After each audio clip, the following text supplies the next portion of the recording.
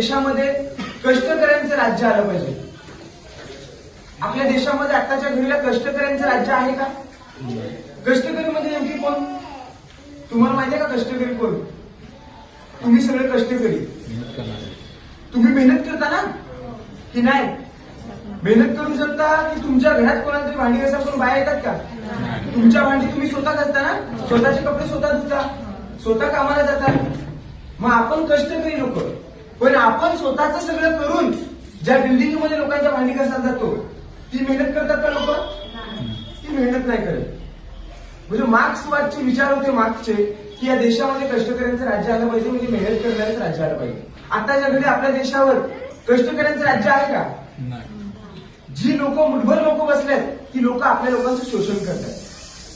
कॉम्रेडनी बरंच काही सांगितलं की तुम्हाला निवडणुकाला पैसे आणून देतील. ते पैसे कुठून आणतात? ती लोक आपल्याला जे लुटतायत.